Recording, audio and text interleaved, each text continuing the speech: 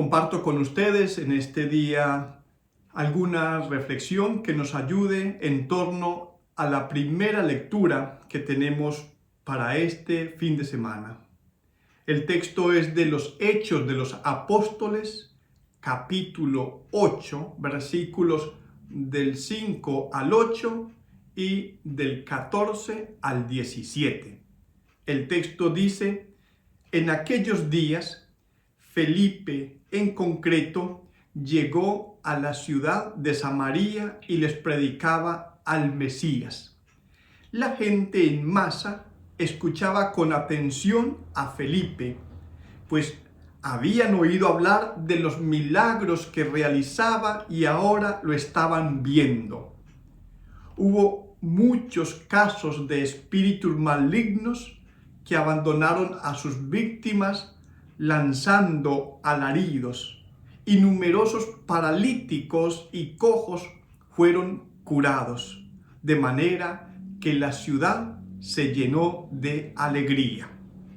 Cuando los apóstoles que estaban en Jerusalén se enteraron de que Samaria había acogido favorablemente el mensaje de Dios, enviaron a Pedro y a Juan.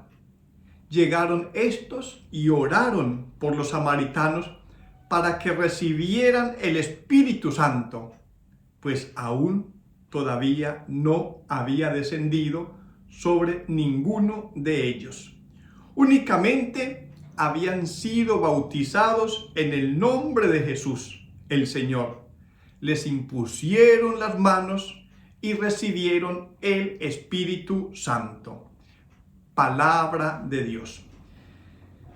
El texto entonces que hemos acabado de escuchar, Hechos 8, del 5 al 8 y del 14 al 17, se sitúa en un momento decisivo en la vida de la iglesia primitiva. Después del martirio de Esteban, que vamos ahí en el capítulo 7, se desencadena una persecución en Jerusalén que provoca la dispersión de los creyentes. Sin embargo, lejos de detener la obra, esta dispersión se convierte en el motor de la misión.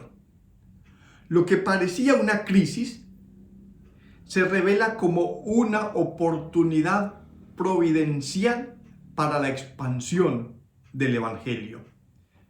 Para comprender mejor el pasaje, veamos su estructura interna de manera muy sencilla.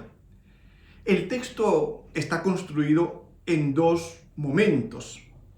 Primero, la misión de Felipe en Samaria, versículos 5 al 8. Y allí se nos narra la proclamación del Evangelio y las consecuencias de esa proclamación, podemos decir, los efectos positivos. Segunda parte, la intervención de los apóstoles Pedro y Juan, versículos del 14 al 17, donde se completa la iniciación cristiana mediante el don del Espíritu. Esta estructura muestra un movimiento muy claro: acogida y plenitud en el Espíritu Santo. Se proclama la palabra, la misión, se recibe esa palabra y la plenitud desbordante en el Santo Espíritu de Dios. En este texto aparece la figura de Felipe, uno de los 7, que desciende a la región de Samaria. Este dato no es menor. Samaria era territorio profundamente rechazado por los judíos, considerado impuro tanto en lo religioso como en lo cultural. Por eso, el hecho de que el Evangelio llegue allí representa una verdadera ruptura de fronteras. Podemos decir, Dios comienza a actuar más allá de los límites tradicionales del pueblo elegido. El texto nos dice que Felipe proclamaba a Cristo. El verbo que utiliza el original griego es kerizo. No se trata entonces de una simple proclamación, de hablar o de enseñar una doctrina. Es alguien que es heraldo del Evangelio, de la persona de Jesús. Este es un anuncio público, autorizado, que exige ser escuchado. Y lo que proclama es que Jesús es el Cristos, el Mesías, el ungido, el esperado. La proclamación de Felipe va acompañada de signos.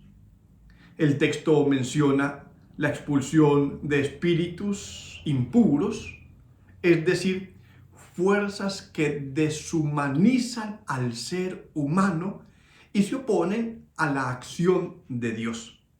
También se habla de curaciones, que no se refieren solo a una sanación física, sino a una restauración integral de la persona. El resultado de esta acción es profundamente significativo. Había gran alegría en aquella ciudad. ¡Qué maravilla! Gran alegría. Esta alegría no es un sentimiento superficial. Es más bien un signo claro de que la salvación ha llegado y está transformando la vida de las personas.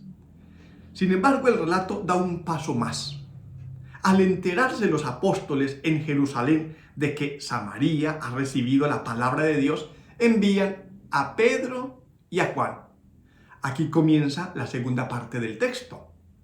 Los samaritanos ya habían sido bautizados, es decir, ya habían sido introducidos en la vida nueva de Cristo, pero aún no habían recibido el Espíritu Santo. Entonces los apóstoles oran por ellos y les imponen las manos. Este gesto expresa transmisión, imponer las manos. Ustedes lo habrán visto en las ordenaciones de los diáconos, de los sacerdotes. Es transmisión de comunión, es un don. Y a través de él, los creyentes reciben el Espíritu Santo, que no es fruto del esfuerzo humano, sino un regalo que se acoge. Y de este modo, el texto revela una dinámica eclesial muy profunda. Por un lado, vemos una iglesia en salida, que evangeliza y rompe fronteras. Y por otro lado, vemos una iglesia que permanece unida en comunión con los apóstoles y que reconoce la importancia de los signos visibles mediante los cuales Dios actúa. Dejémonos entonces transformar por este Espíritu, renovémonos en él y que así seamos misioneros, que rompamos fronteras, que nos animemos a ir más allá de lo que simplemente conocemos.